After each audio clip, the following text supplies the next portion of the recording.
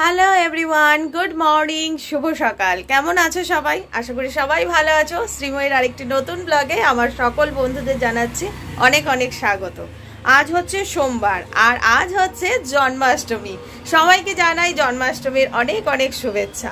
আজকে যারা গোপাল পুজো করবে, মানে যাদের ঘরে ছোট্ট নাড়ুগোপাল রয়েছে, তারা তো নিশ্চয়ই সকাল থেকে ব্যস্ত। আর আজ সোমবার, তো অনেকে কিন্তু আবার আগামীকাল মানে মঙ্গলবারেও পুজো করবে। তবে আমি আজকেই পুজো করব। আমার ঘরেও ছোট্ট নাড়ুগোপাল রয়েছে, তো তার জন্যই একটু মানে সামান্য কিছু নিজে আয়োজন করব, মানে নিজের হাতে। তো সেই জন্য বুঝতেই পারছো একটু ব্যস্ত রয়েছি। আর এখন বাজে ওই 11:30। সকালবেলা উঠে গোপালকে জাগিয়ে গোপালকে স্নান করিয়ে জল সেবা ফল সেবা দিলাম আর কি, সকালের সেবা। নতুন জামা পরিয়ে দিয়েছি, তো সেগুলো ভিডিও করিনি। তো যাই হোক, খুব তাড়াহুড়োর মধ্যে করলাম। তো সকালে গোপাল পুজো করে এখন যাব রান্নাঘরে, কারণ কর্তামশাই খাওয়া দাওয়া করবে, তার খাওয়ার আয়োজনও করতে হবে। তো এখন যাব রান্নাঘরে, রান্নাবান্না সেরে মানে সংসারে যেটুকু বাকি কাজকর্ম আছে, সকালবেলা আমার প্রায় সবটাই হয়ে গেছে। তো বাকি সংসারে যেটুকু কাজকর্ম আছে সেগুলো সেরে তারপর আবার যাব ঠাকুর ঘরে। আর গোপালের জন্য আজকে যেটুকু আয়োজন করব তারপর থেকে শুরু করব। তো চলো আর দেরি না করে কাজকর্মগুলো শুরু করে দিই। আর আমি তো উপোস রয়েছি, আজকে আমি সারাদিনই উপোস থেকেই গোপালের সেবার আয়োজন করব। আর আমার সাথে আমার মেয়েও রয়েছে, ও এখন পড়ছে, ও আমাকে একটু হাতে হাতে সাহায্য করে প্রত্যেক বছর। এবছরও ও আমাকে একটু সাহায্য করবে। তো চলো কাজকর্ম শুরু করে দিই। পুজো পার্বণ আনন্দ উৎসব যাই করো না কেন, রান্নাঘরে কিন্তু আসতেই হবে, খুন্তিটা কিন্তু নাড়তেই হবে। গৃহস্থদের এটা কিন্তু প্রধান কাজ, বলতে পারো এটাও একটা পুজোর মতোই, তাই না? সংসার জীবনের এটা একটা মেইন পার্ট। তো যাই হোক, অনেক কথা বলে ফেললাম।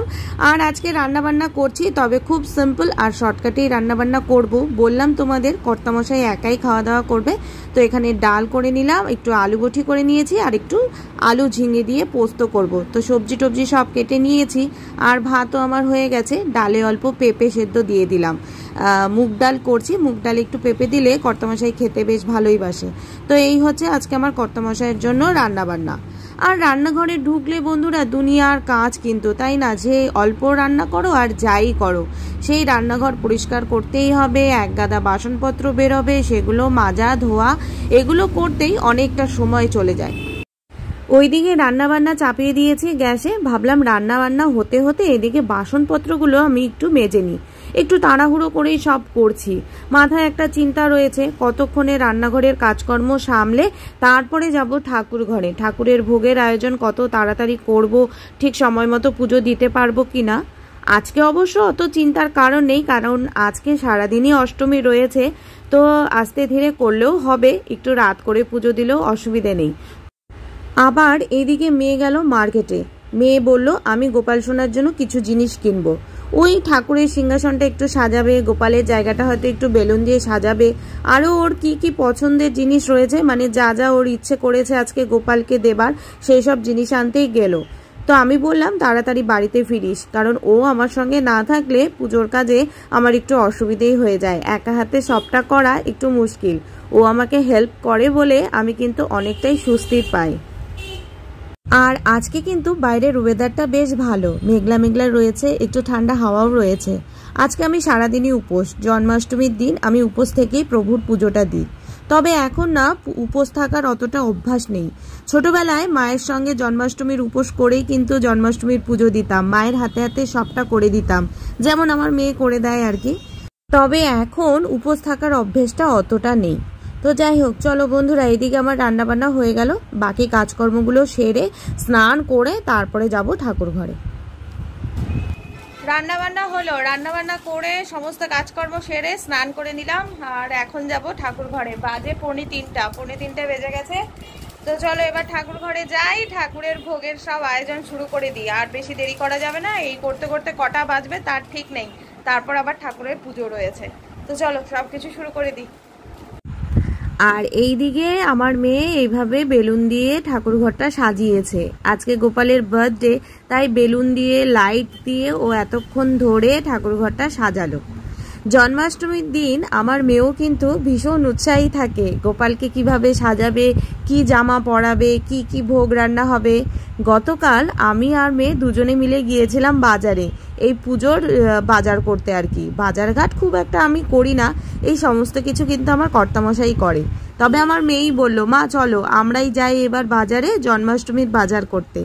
তাই ওর কথা মতো এবার আমি আর মেয়ে দুজনে মিলেই জন্মাষ্টমীর বাজার করলাম, মানে এই প্রথমবার।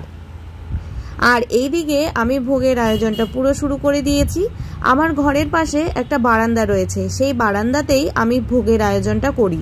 মানে ঘরে যখনই ঠাকুরের ভোগ দেই, পুজো করি, তখন এই ভোগের রান্নাটা এখানেই করি। বেশ খোলামেলা জায়গা, এখানে করতে আমার বেশ ভালোই লাগে। আমার একটা ইন্ডাকশন ওভেন রয়েছে, সেই ওভেনেই ঠাকুরের ভোগের রান্নাটা আমি করি। তো চলো, বলতে বলতে এদিকে আমার তাল ঘষাও হয়ে গেল। কালকে আমি আর মেয়ে গিয়ে যে বললাম বাজারে গিয়েছিলাম, কালকে বাজার থেকে তাল কিনে এনেছি। এই প্রথমবার আমার কর্তামশাই প্রত্যেকবার তাল মানে যা যা বাজারঘাট করার উনিই করে, তো এই প্রথমবার কিনলাম দেখে মাথায় একটা টেনশন ছিল, তালটা ভালো হবে তো, ঠিক মতো বড়াটা বানাতে পারবো তো, মানে প্রথমবার করলে যা হয় আর কি। তো ঘষে তো দেখলাম তালটা বেশ ভালোই রয়েছে। তো দেখা যাক এখন বড়া বানানোর পর কি হয়। আর এখানে বড়া বানানোর জন্য সব কিছু আমি নিয়ে নিলাম। তালটা তো ঘষেই নিলাম, তোমরা দেখতেই পেলে। এর মধ্যে একটু ময়দা, একটু সুজি দিয়ে দিলাম, আর একটু কলাও দিয়েছি, চটকে দিয়েছি। কলাটা দিলে না বড়াটা বেশ একটু নরম নরম হয়। তেলে বড়াগুলো দেওয়ার পর ভালোই কিন্তু ফুলে ফেপে উঠেছে। দেখা যাক এখন গোপাল সোনার আমার হাতের বড়া পছন্দ হয় কি না।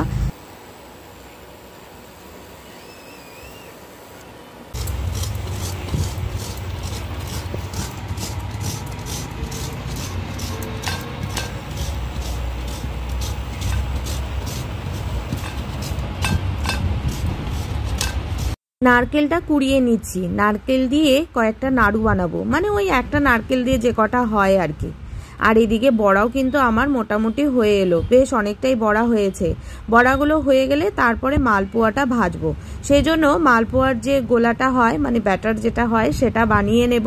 সেটা ঠিকঠাক বানাতে পারলে, একবার যদি মালপোয়া ঠিক মতো হয়, মানে প্রথমবার, তাহলে আর চিন্তা নেই, তাই না?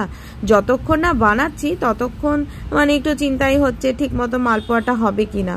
আসলে কি বলতো বন্ধুরা, এগুলো তো আর আমি সবসময় বানাই না, ওই বছরে একবার কি দুবার। তাই খুব একটা যে এইসব ব্যাপারে আমি পটু তা নই। আগে তো এগুলো আমার শাশুড়ি মাই করতেন, আজকে বেশ কয়েক বছর হয়ে গেল উনি নেই, তারপর থেকে এই সমস্ত কিছু আমিই করি। এই পিঠের দিনে পিঠে, বড়ার দিনে এই যে তালের বড়া, মালপুয়ো, এগুলো আর সবসময় করা হয় না, তো তাই খুব একটা অভ্যেস নেই। আর আগেও যে আমি এগুলো করেছি তা নয়, মাই করতো, মায়ের হাতে হাতে হেল্প করতাম, এই আর কি। তো ঠাকুরের ভোগের রান্না আমার সবকিছু হয়ে গেছে, এবার পুজোর জোগাড়গুলো করে নিই। আর এইদিকে কিন্তু সন্ধে 7:30 বেজে গেছে, সন্ধ্যাবাতি দিয়ে দিয়েছি। সন্ধেবাতি দেওয়ার পর এই যে রাত্রি যে ঠাকুরের পুজো হবে তারই আয়োজন করছি। ফলগুলো এগুলো কেটে নিচ্ছি, ফলগুলো কেটে নিয়ে তারপর সবকিছু জোগাড় করে প্রভুর পুজো শুরু করব।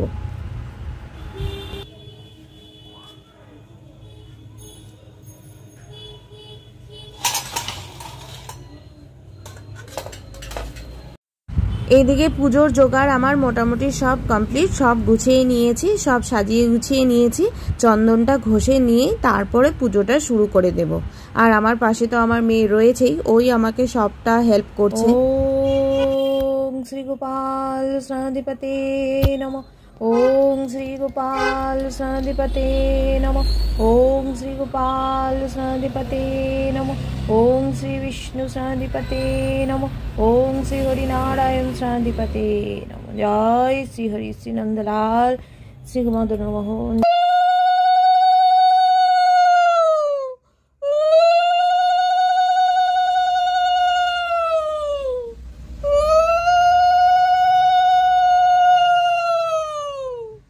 গোপালের স্নান হলো, এবার হচ্ছে গোপালের সাজুগুজু। নতুন একটা জামা পরিয়ে দিলাম, সকালবেলা স্নান করে একটা নতুন জামা পরিয়েছিলাম। আর এই যে আমার দুটো ছোট ছোট কানের দুল ছিল সোনার, সেগুলো আমি গোপালকেই পরাই, আমি ব্যবহার করিনি। তো গোপালের সাজুগুজু হলো, এবার গোপাল রেডি, এবার পুজোটা শুরু করা যাক।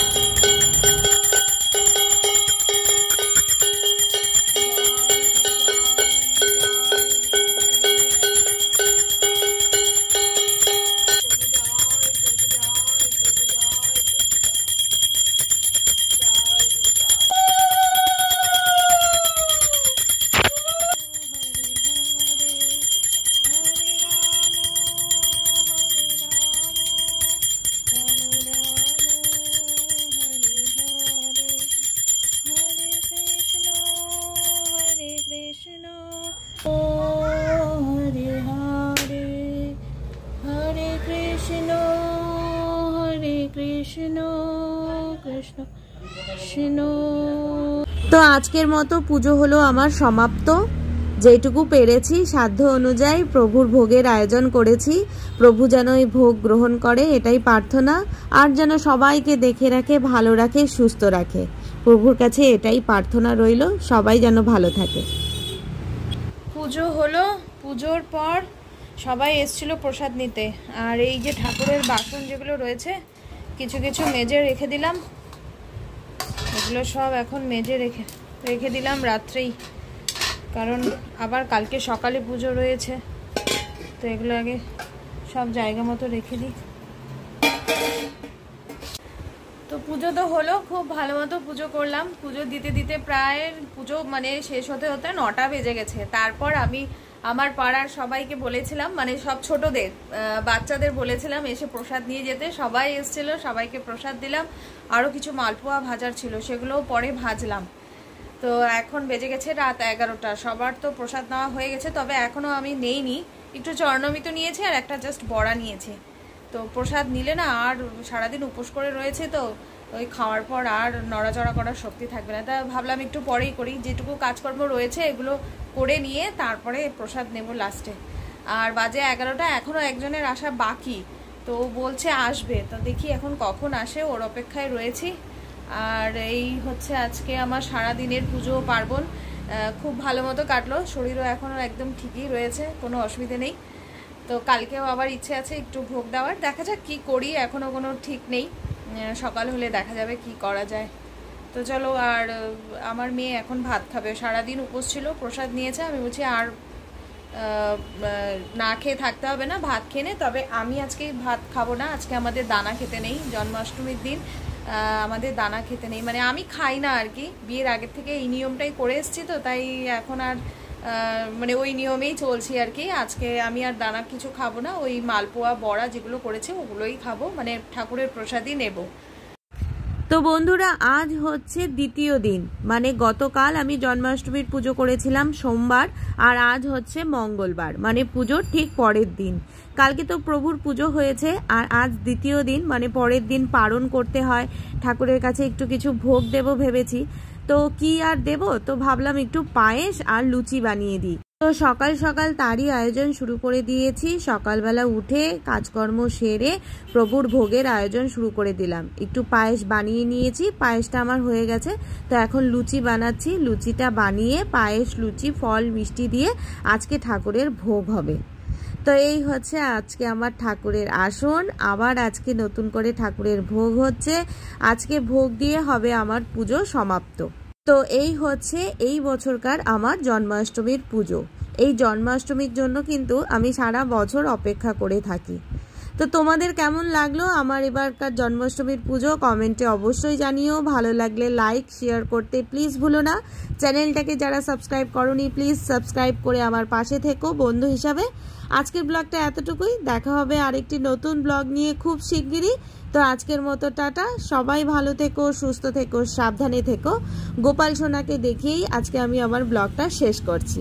আজকের মতো টাটা, বাই বাই, সবাই ভালো থেকো।